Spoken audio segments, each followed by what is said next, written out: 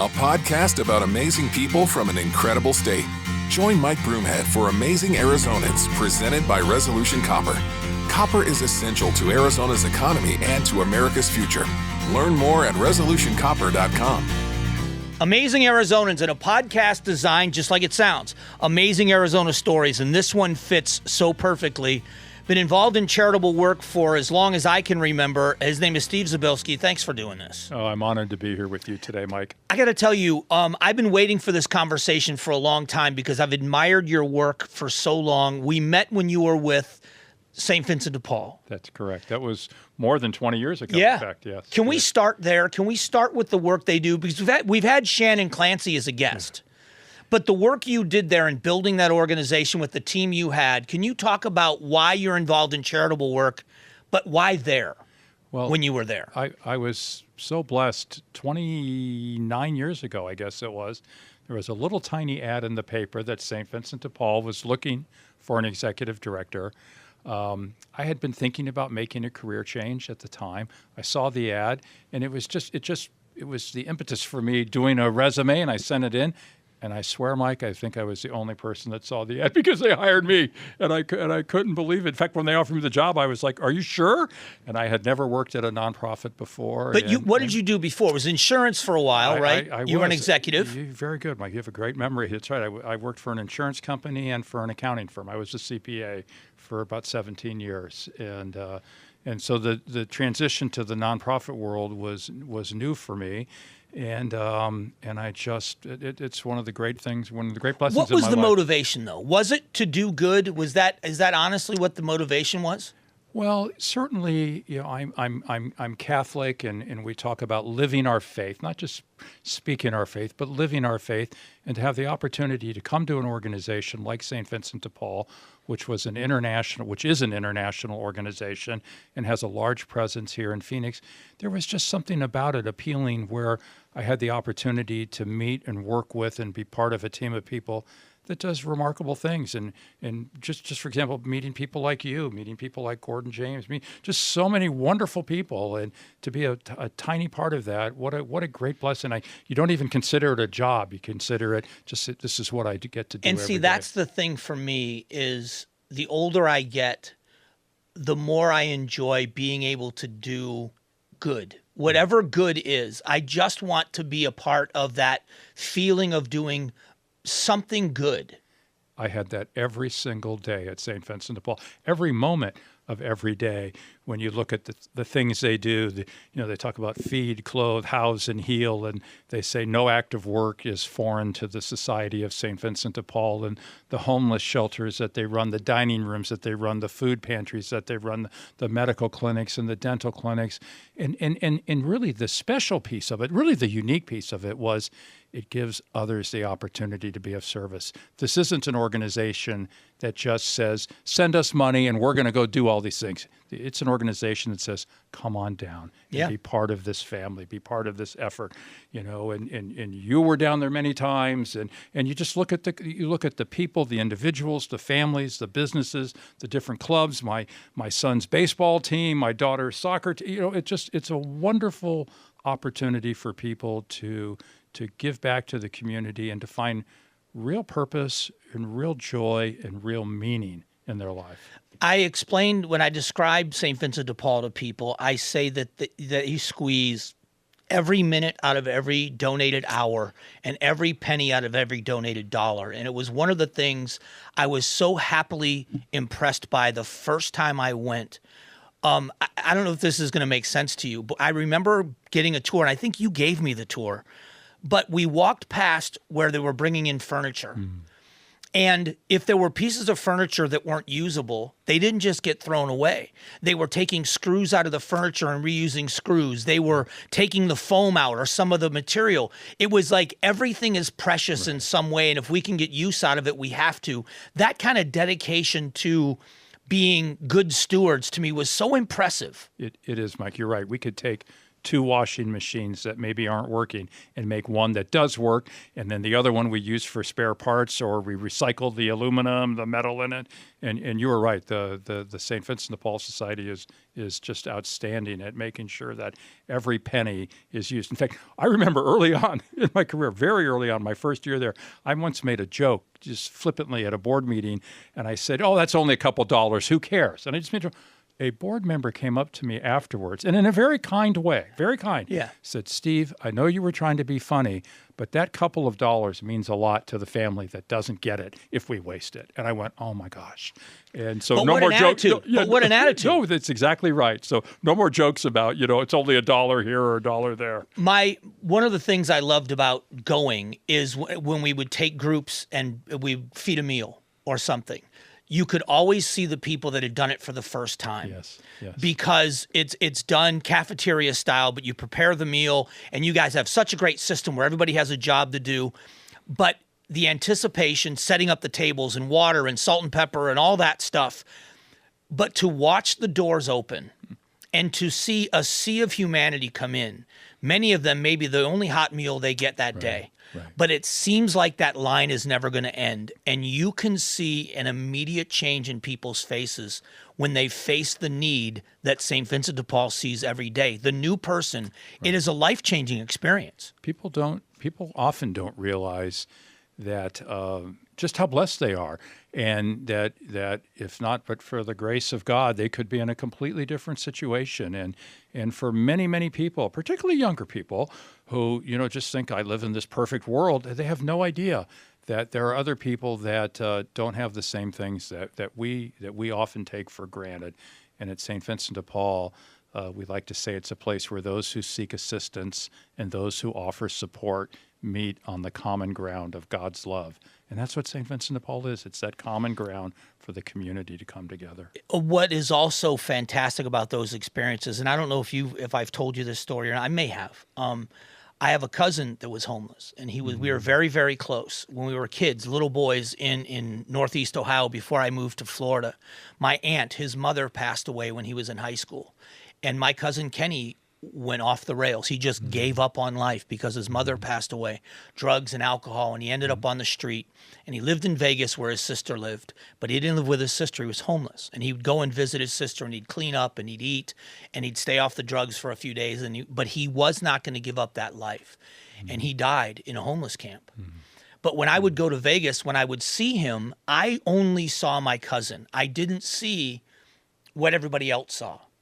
When someone goes to provide a meal and they spend time, my favorite thing to watch people do is go from serving to sitting at a table and having a conversation with a human being, and walking away with a story and finding out.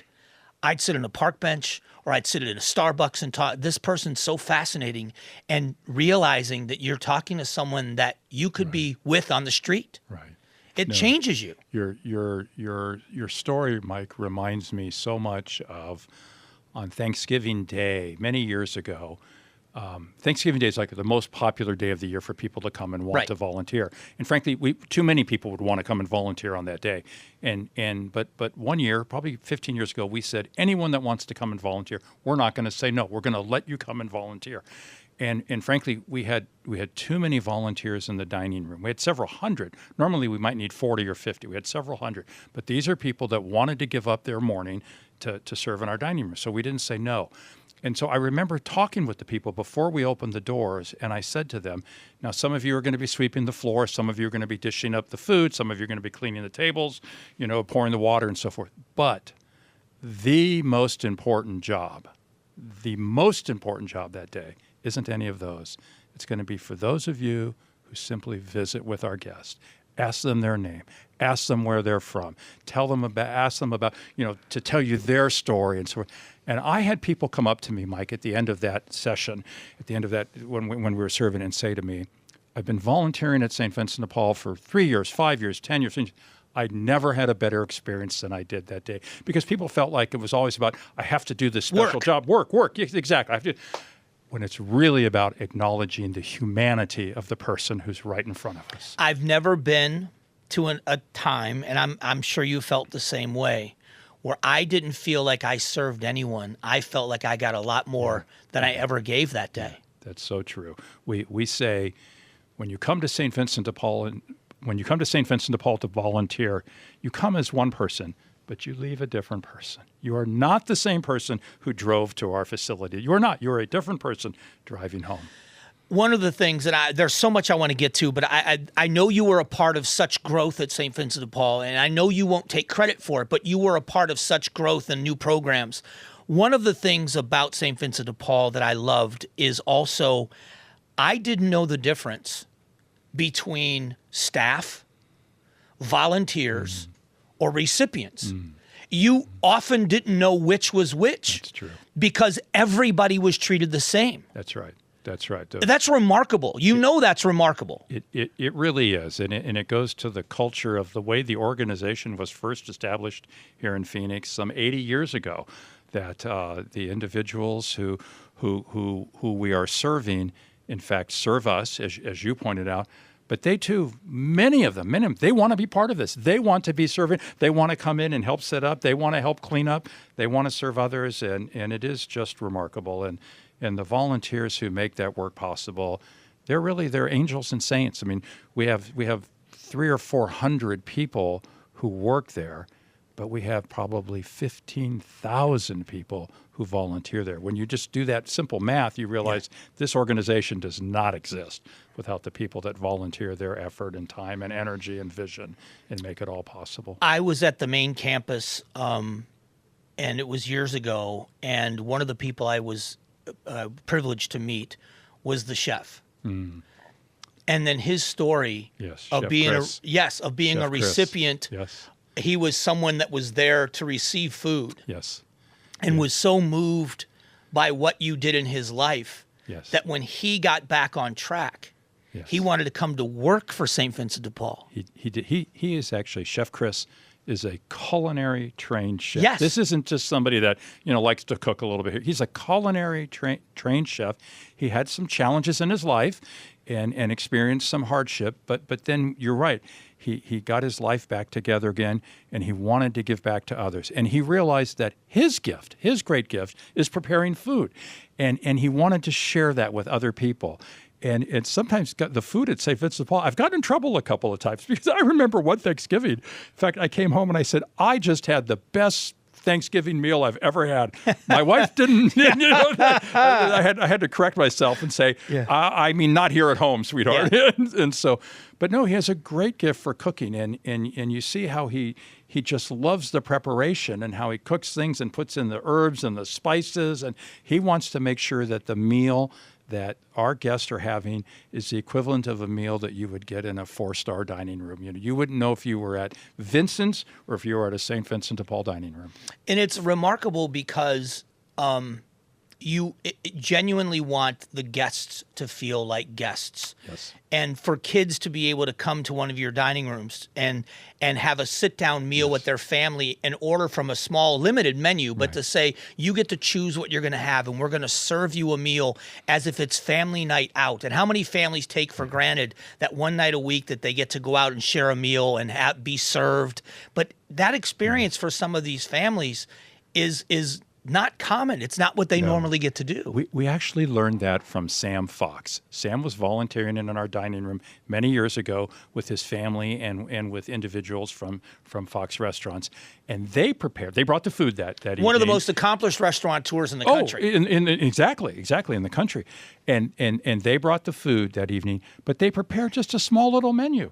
And people loved it that we said to them, would you like to have the fish and chips, or do you want to have the steak, or whatever it was? They loved that choice. And then we realized, well, why don't we just do that ourselves instead of just saying to somebody, we have this there, or here it is. So ever since then, we've been preparing the meals. The menus are very simple to prepare, but we learned that from Sam, and it was just a great blessing that honors, again, the dignity of the people that we're asking you, what is it that you would like this evening? When you talk about being called to make a change in your life, I, along with you, believe that God directs us to be where we need to be at a time.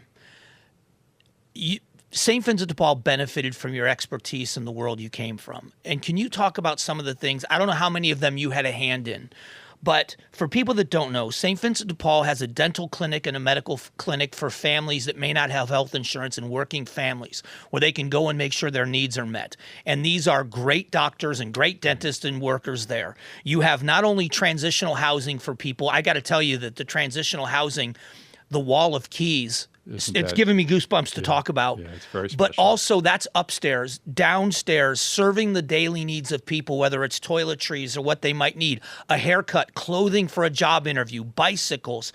How many of these things came to fruition after you got there? And can you talk about how you got to be so comprehensive in the needs that you meet? Well, I really, Mike, we have a saying, again, that no act of charity is foreign to St. Vincent de Paul. And these were things that were just evolving over many, many, many years. And I was fortunate to be there at a time when some of it was evolving and growing. But it was really, it goes to the culture of the organization, of our founders, of our board of directors, that they wanted to help more people. They felt that, the more funds that we could raise, or the more people that we could serve, if we could expand our clinic, we could have more volunteers come in and help more people. And it goes to the heart of what the organization's mission is about, giving others the opportunity to be of service, whether that service is writing a check, whether that service is coming down and volunteering. And so that really goes back to day one, 80 years ago. Before we move on to anything else, there's one last thing I want to talk about that was, I'm going to try to not choke up talking about it, was going to the Palomino event.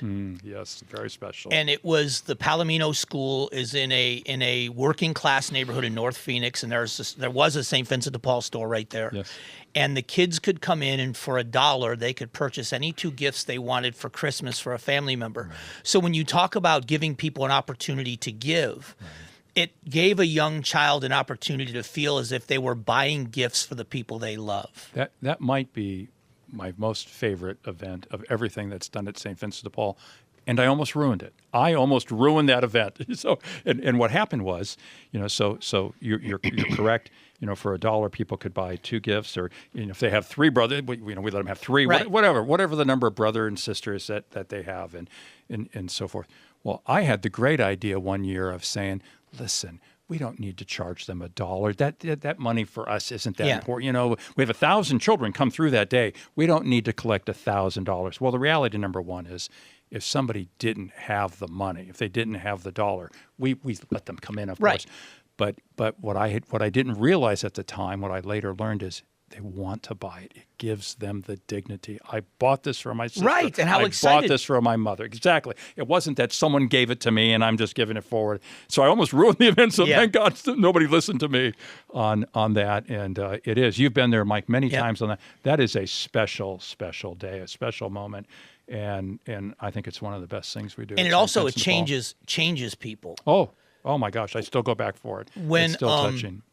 And Patricia, this story is it's gonna kill you, Patricia. But Shannon told me the story, and I'm sure you know it. But for the people that don't know it, a little girl that bought the fan. You know the story I'm talking about? I do, yes. And this little girl with $1 bought a fan, and they asked her, "Who's the fan for?" Yeah. She said, "It's for my mother. Yeah. She has cancer, and this is going to help her keep cool during treatment." How do you not cry when you hear that? Oh. Yeah, how do you not cry? At one of the events, the comedian Frank Caliendo. Yes, he's been there. You interviewed him. Yes. So Frank called me and said, "I want to come to that event." Yeah. And he lives way in the East Valley. I said, "This is on the opposite." He goes, "I don't care. I want to see it." I don't know what motivated him to do it. Yeah. He came, and before I talked to him, he was walking around, and he sat down with me at the table. And I said, "What do you think?" And he looked at me almost in shock, and he just said, I can't yet. I can't talk about it yet," because he was just so moved. Yeah. And I think it's the genuine, it is not just the good things that are done. That's so important, but it's the genuine heart in which it's done that moves people. Is that really the secret sauce at St. Vincent de Paul? It's the heart that it's done with? It absolutely is. You are correct. I sometimes get in trouble, and this is going to sound counterintuitive to what I just said a minute ago, but as wonderful as our dining room is, and as wonderful as our food is, and our food is it's fabulous, it's so much more than that. It's the way you're greeted, the way you say hello, the way you say thank you, and just honoring the dignity of each human being who comes into that room, and the opportunity to get to know them better, to have that encounter with another human being, and find out who they are and where they're from and their life story, and that's what makes it so special. The volunteers at St. Vincent de Paul, we do what we call our home visits, where we bring people food boxes, hundreds of thousands of food boxes a year. We have 80 food pantries throughout the state, and we deliver food. And from time to time, we'll have somebody who will say, oh, we can be a lot more efficient. We don't need to go inside. We can just drop it off at the. We said, no, leave it at the door. We're not about being efficient. We're about being efficacious. We're about being effective. We're about connecting with another human being. We're very efficient when it comes to processes that don't involve human interaction. But if there's a person that's involved in the process, we want to acknowledge their humanity. And what that visit means. It means everything. It means everything, that we're there for them. When before we move on, I think I was raised Catholic, but I've not been a practicing Catholic for over 30 years. I go to a non-denominational church, and it's not a bad thing. Most of my family is still Catholic. Give me your impression of what it means to have the Pope be an American. Oh, it's very special. I think it caught the whole world by surprise. Oh my gosh! I was excited. Yeah, I think if someone could won a lot of money betting on that if they had some insight. No, I think that's just proof of the Holy Spirit and God's plan and divine intervention, and we never simply know. And I don't think anyone, including probably the Pope, saw that one coming. No, it's very special, though. Very, very special. And at a time where our country is so divided politically, to maybe have someone with the patience and the knowledge and the status that can be a bridge on both sides of that somehow. That's exactly right. And what's so interesting about our new Holy Father, Pope Leo, is he's brilliant. Here he is. He's a math major at Villanova University. But then he spent many, many years doing missionary work in Peru. Where I heard he's repairing cars and helping in the farms. And so you look at the irony of the complete man, and wow, how blessed we are as a world to have him as our Holy Father. It's very different because inside the Catholic Church, it has such a significant meaning. But I think even outside of the Catholic Church, the world sees the Pope as a world leader. My trip to the Vatican, I guarantee you not everybody there that day was Catholic, but everybody was moved by being there. I think you're right, Mike. I think there are times and places we can simply set aside our differences and all come together in common love and in humanity. And again, that's something I think that's so special about St. Vincent de Paul is we have people of all faiths and all everything, and we can set aside any difference we have and we can walk inside and serve others. And we need more of that in our world today. I agree. And it seems we are starved for community. We are. That we take our stances. I do it for a living. But at the end of the day, I would much rather find common ground.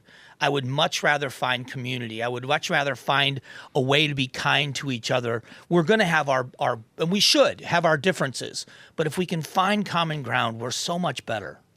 I couldn't agree more. And again, that's one of the special blessings, I think, of a place like St. Vincent de Paul. So then it leads to the next question is, what led you to the decision to decide it was time to leave? Because it would be, it would seem like the dream was alive and you still have such a passion for the place. Well, I had been there for 25 years. And you've mentioned Shannon Clancy several times. Shannon Clancy is the current CEO. She is absolutely magnificent. And I had the privilege of hiring her.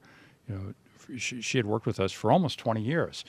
And, I knew that I didn't have that many more years left. As I get older, just every time I get my life insurance policy, it's getting pretty expensive, So there's a message. I'm not an actuary, but I can interpret that. But anyway, so I had my time in my place there, And Shannon just did remarkable work. I mean, she is brilliant too. She's not a math major; she's an English major. But she used to tutor calculus students. Yeah. She's an English major, and she served in missions and does wonderful, wonderful work.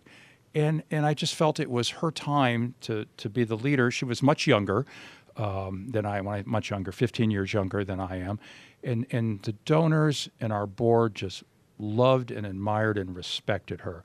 And so I stepped aside. We put this plan in place over a couple of years. I stepped aside, and I was going to work for Shannon in the community outreach department, working with our donors and in the community. And I was really very happy doing that. It wasn't about I didn't need the power of the office of CEO.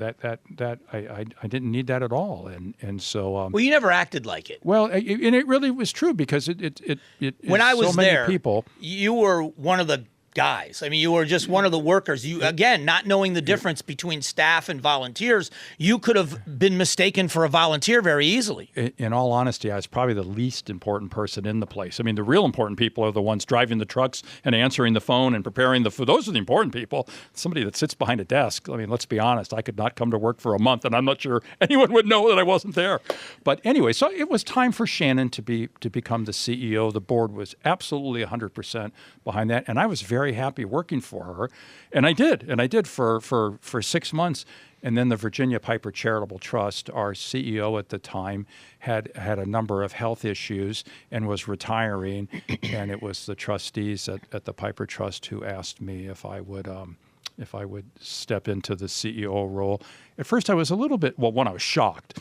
I thought anyone that knew me well enough wouldn't want me to be in that role, but what the beauty of it is I still have the opportunity to be a volunteer at St. Vincent de Paul. So I get to volunteer there and be involved and engaged. And in fact, in not this week but next week, I'm going to be at their monthly board meeting. And I also have the privilege of working with the Virginia Piper Charitable Trust, which just finished celebrating its 25th year here in Phoenix. And it does remarkable work. The trustees, the founding trustees, Jim Bruner and Paul Critchfield, who are still alive and members of the board, and the founding CEO, Dr. Judy Moraz. These are just wonderful human beings doing wonderful work, and I've got to know them over the years. And so, again, a chance to be just a small part of a really fine organization was just the next blessing in my life. Isn't it remarkable to see people that have no motivation other than what's inside them, that look at the world and say, I still want to do good. And so for a foundation like this, or the people we have blessed in our community, when you know, Bob and Renee Parsons, and the Holly family and the Schoen family and the other families that if they wanted to could literally live on an island and never be concerned about the world again. And yet they are so invested in their community and they are so committed to doing good, just like the foundation you work for now. It's miraculous when you see how these people can make the community what it is today, and their commitment and dedication to serving those less fortunate and helping people in a whole host of areas, within education, in housing, healthcare, job assistance. It's remarkable all the work that gets done to make the community better. So how has your job changed? What is different about this position from St. Vincent de Paul? So the biggest change is I used to ask people for money every day. Yeah. Everywhere I go, I would talk about St. Vincent de Paul and tell the stories and invite people to be part of that and so forth. And then today, now everywhere I go, people ask me for money. So it really is much different. The pressure at St. Vincent de Paul, the things that I would lose sleep over was, there were people that we just simply didn't have the funds to help everyone. And so you'd always think about, gosh, if we had more, we could do this. And if we had more, we could do this. And if we had more, we could do that. And so those were the types of things that would keep me up at night. Today, I don't have that worry at the Piper Trust. But what I do worry about, and what the trust worries about, is there's so many wonderful organizations. We wish we could help them with all of their challenges, and we simply don't. We're just not able to do that. So we have an annual budget. We give away about $22 million a year. I wish we had 10 times that. If you go back a few years ago, if you go back to 2021, in the middle of COVID, when so many organizations were struggling, organizations had to close down, struggling, cut back at a time when the need was probably never greater. The Piper trustees at the time made a decision. Again, normally we give away about $20 million a year. They gave away $123 million in a single day.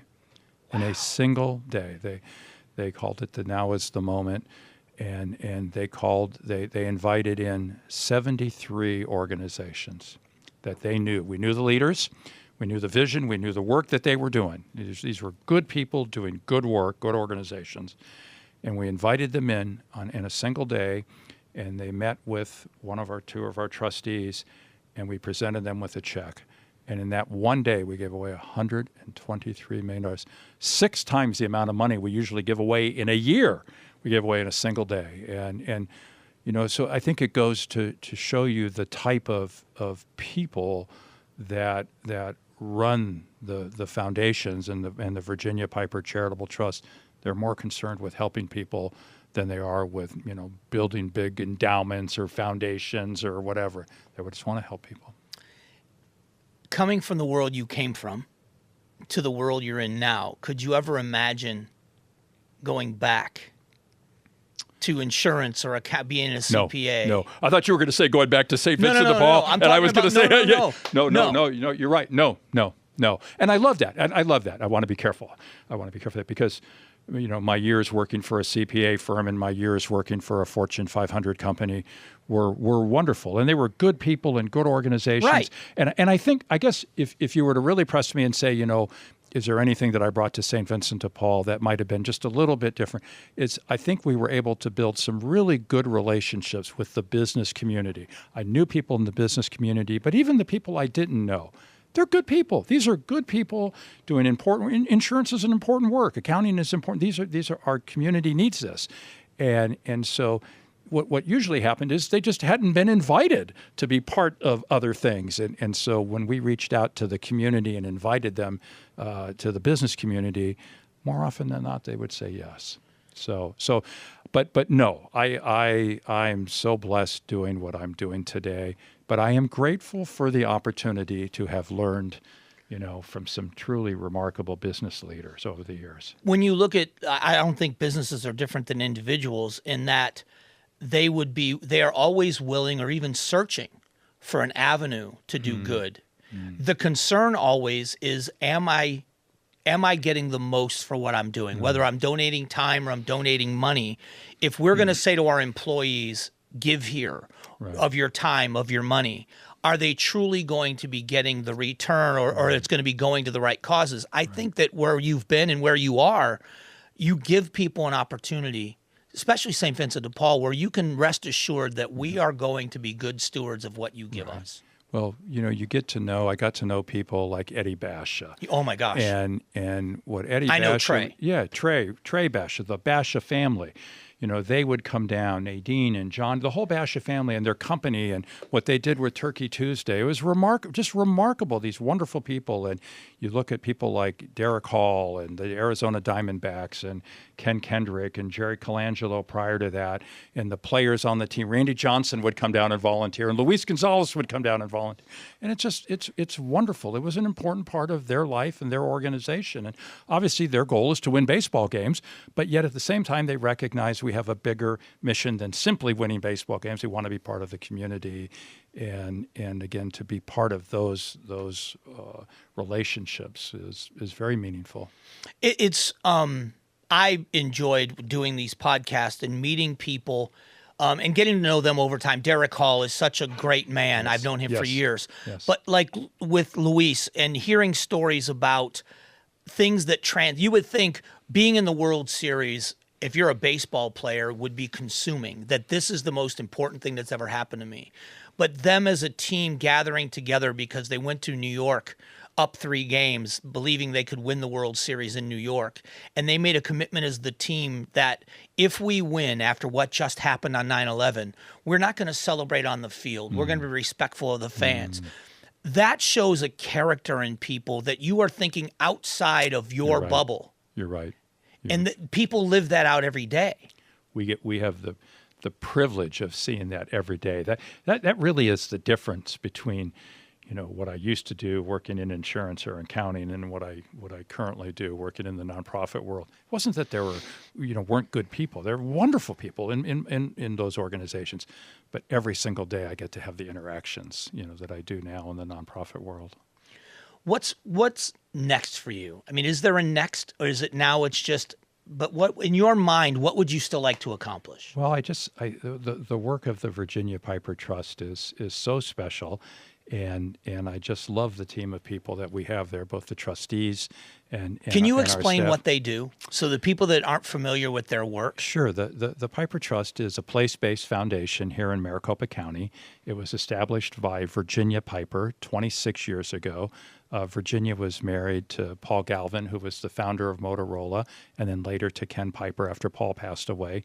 And then when Virginia passed away, she had an estate, and she lived a very modest, simple life. Virginia did, and she chose to give that money to charity. The Piper Trust was formed 26 years ago, and the group meets monthly, and we determine how we're going to give away the funding. We have 6 core areas that we fund within Maricopa County. We focus primarily on children, on older adults, on healthcare, on education, on arts and culture, and religious organizations. So those are the 6 areas within Maricopa County that we fund.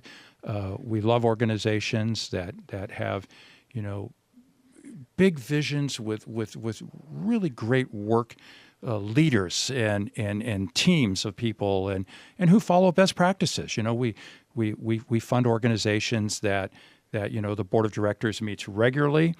They have things like an audit committee and an investment committee and a governance committee that they run the organization well. I mean, organizations can be well run or they can be poorly run. We try to find organizations that are being well run and to make them even better. And alleviates, all those years, like you said, when you are at St. Vincent de Paul, your job is always to ask for money. Yes. Because you're never going to run out of need. Yeah, there's always more need. Now you're in a position where the stress those people are feeling, and you can help alleviate that stress for them, or at least for a time. Yes, no, that's exactly right, and we try to do that, and we try to make the process for people simple too. If we're not able to fund something, Mike, we want to let them know right away. We don't want to lead them on and give us more information and more information. We just say, we simply aren't able to do this at this point in time, but why don't we talk again in 3 months or 6 months or 9 months or something? We don't ever want to lead people on. We try not to make a grant application to be something that is burdensome, because the reality is this: every hour, every minute that they're spending with us is a minute or an hour they're not spending doing their real work. And so we try to simplify things. We simplify the reporting process and make it as easy as we can. I'm not expecting you to give names, but have you ever felt, because of the position you were in at St. Vincent de Paul, that when someone comes to you now that you want to help them with the ask? It's like, let me help you be better at the ask. I do. Yes, I do. And I'm not afraid to help them with that and to refer them to other organizations, other foundations, other businesses that I think would be supportive of their mission. You may believe in the mission, just that they're not in a place where you can help them. Yes. I know that sounds like a horrible thing to say, but to help them with the ask. No, that's it. We at the end of the day, Mike, we're all in this together. Right. We may have different titles and different roles in different organizations, but the reality is we all want to make the world better, whether we're in accounting or broadcasting or public relations or nonprofit or something. And so that's really the big team that we're all on.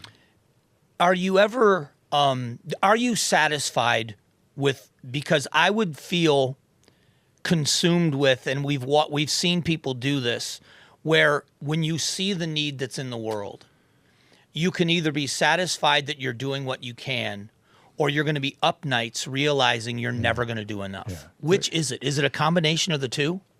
It's both. There are clearly days when you just, oh gosh, you walk into one of our dining rooms and you see so many people in there, and you just go, my God, we need to do more to help them. And you have to be careful. You have to be careful because that can become all consuming. And you know, we talk about people having burnout and people who work on the front lines. And you have to recognize that I can't solve all of the world's problems. I can't. I simply can't. I don't have that opportunity. But I can solve some of them or be part of solving some of them. And then we do the best we can. And if we're doing the best we can, you know, that's what gets us through the day, the week, the month. Because what could be joyous in helping the way that you do could also turn into a horrible feeling of we're not able to do everything for everyone.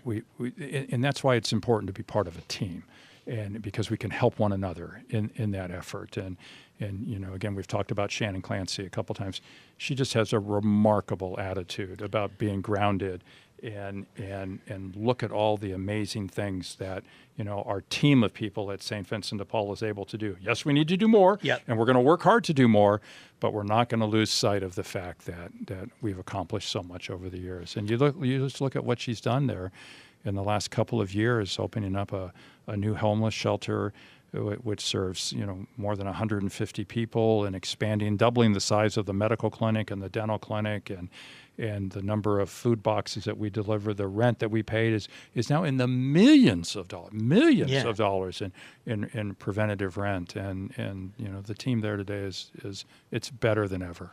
See, I told Shannon once, and I've said it to many people, but I said it to her, I think, once, and I don't know that she took it in the compliment that I meant it, but she makes me want to be a better person. Yes.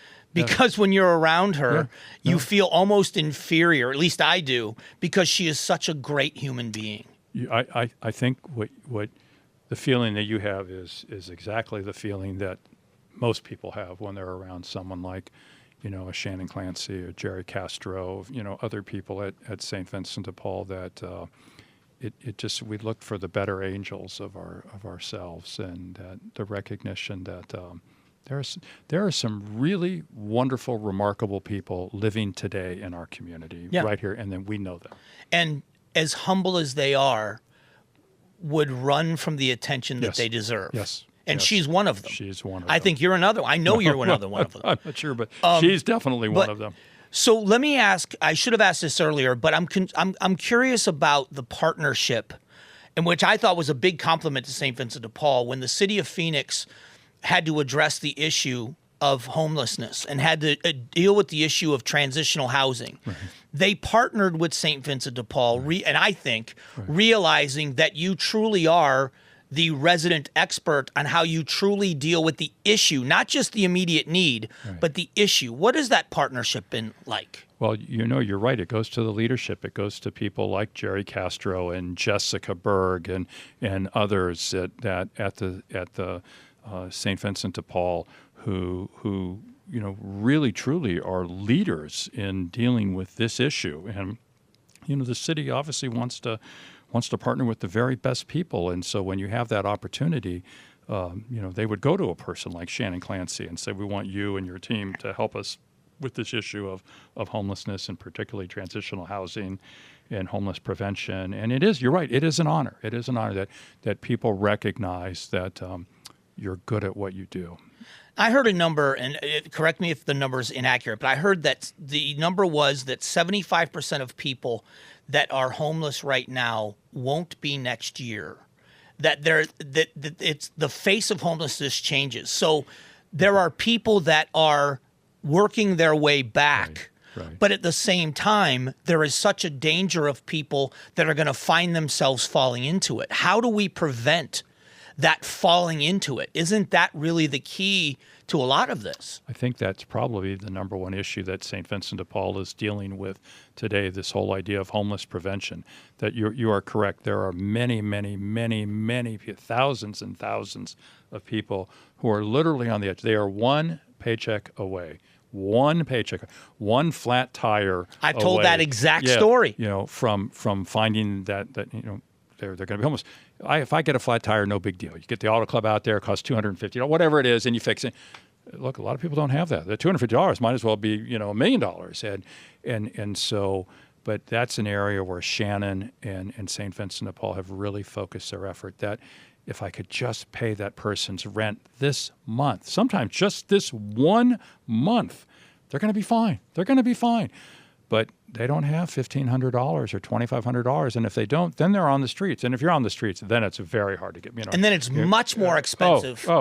Infinitely more expensive and traumatic. And particularly if you have family, children, now all of a sudden you're not in school, you're living in a car, you're living under a bridge, you're living in a shelter. And so you're right. That's an area where St. Vincent de Paul really has over recent years gone from good to great in funding this millions of dollars in homeless prevention. But as an expert in the area, which you are just by virtue of where you've come from, how do we change the perception? Because, I don't blame people sometimes. You avert your eyes. There's somebody with a sign in the median. There's somebody asking outside of Circle K. But the significant number of people that don't have a home, that are living in their car, but are employed. Yeah. The numbers of families that are people that I've been down to Cass and I've seen the dormitory where people that are going to work, but they just don't have a place right now. How do we change the perception in society that not everybody is what you perceive them to be? I think we have to make people aware of it, Mike, and exactly what you're doing. What you're saying is that, yes, we might see the same person in the same corner week after week, month after month, year after year. So that doesn't mean that that's what every homeless person is. And yes, there are some people who are going to be habitually homeless, and they will likely be homeless for the rest of their life, oftentimes by choice. Sometimes there's mental illness involved with it, so their choice may not be a rational choice. But for every one of those people, there's 10 people that would give anything to get out of being homeless, and frankly are doing yeoman's work. I was at Maricopa Community Colleges. The Piper Trust has funded some of their nursing programs there, and I went to one of the graduations recently, and one of the women who graduated as a nurse has been living in her car. Can you imagine how difficult that is? I mean, college is hard enough. School is hard enough as it is. Imagine how hard it is when your home is your car. But that was the financial position she was in. But she's going to overcome that. Has overcome that, and now has her degree in nursing. And but you're right. That is much more common than the person who is habitually homeless. And I just. For me, on the radio in 7 and 8 minute segments to talk about it, and I don't know how, because what I'm doing is supposed to be entertaining, I guess, but how entertaining it is to talk about, but it is thought-provoking that once you see it, once you realize, like I told you, my cousin chose that life, and he was not going to give it up. He had the support system that was always available to him, a family that loved him, and he knew they did. He had just given up on the world, and his life ended the way he knew it was going to. It still breaks your heart, especially when you love that person. But how many people are out there that are in a situation that we don't know anything about, that want to overcome it? That just one person that says, "Let me help you," and we could help them change, not change their life. We could help them change their own lives. Right. We often have said at St. Vincent de Paul, if you knew them, you would help them. If you knew them, you would help them. And again, for many people, it's just out of sight, out of mind. If you live in your home and you drive to work and you come back home and you go to the store, whatever, and you don't encounter it all that much, and so you don't think about it. You don't realize that there is a different part of society that doesn't have that same blessing. And what it means for people that have never been, I would encourage anyone to find an organization you trust and just go see what they do. But when you go to St. Vincent de Paul, it's one thing after another. The bicycle ministry, giving people bicycles as a means of transportation to get to a job interview. What a new set of clothing and a haircut does for someone that's trying to find work. It can be everything. And it sounds like such a simple, small thing, but to do it and to watch somebody walk in and choose a pair of shoes or get a haircut and a shave so that they look presentable to get a job as the first step to getting back on their feet. It's something that it's so easy to take for granted for those of us who can go get our hair cut every month or just go and buy a new pair of shoes whenever we want or get a new pair of shoes. Gordon and I share a tailor, someone that comes to your house and measures you for a suit. Yeah. The privilege that there is in that. Yeah, it's easy to forget that not everyone has that same luxury, that same blessing, and it's when people realize that. One of the things that I heard over and over and over again during my years at St. Vincent de Paul was people would come and they would start volunteering when they had retired, and their kids had moved out and their life was now simplified. They're retired and they were looking for things to do, and the thing they would always say was, "I wish I had known about this years ago. I wish that I all these years that I could have been engaged and involved in, and I just didn't know. I just didn't know." And so that's when you give people that opportunity, particularly as young people. When I would talk to people that had been volunteering at St. Vincent de Paul for many, many, many years, and I would say to them, well, how did you first get involved? What they would so often say is, "Oh, when I was a child in 3rd grade, 4th grade, whatever, my grandfather would bring me down. My mom would bring me down." And it just became part of their life. That was normal. You'd come down to St. Vincent de Paul once a week or once a month, or we would collect money or bring them the clothes to the thrift, whatever it was. It just was normal for them.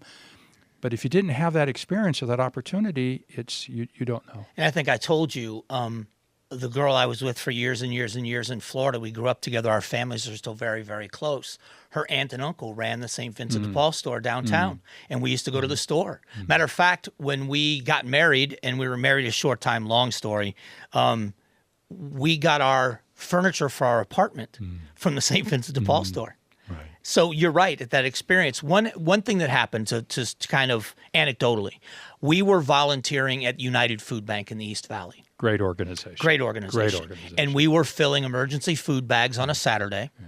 And a young mother came up. She had a 10-year-old son with her. And I wish I could remember his name. Cool kid, wearing an MTV T-shirt, which he doesn't remember MTV like we remember, but a great young kid. And she said he didn't want to come today. It was Saturday. He wanted to stay and watch cartoons, but I made him come. She goes, "I think he's having a good time."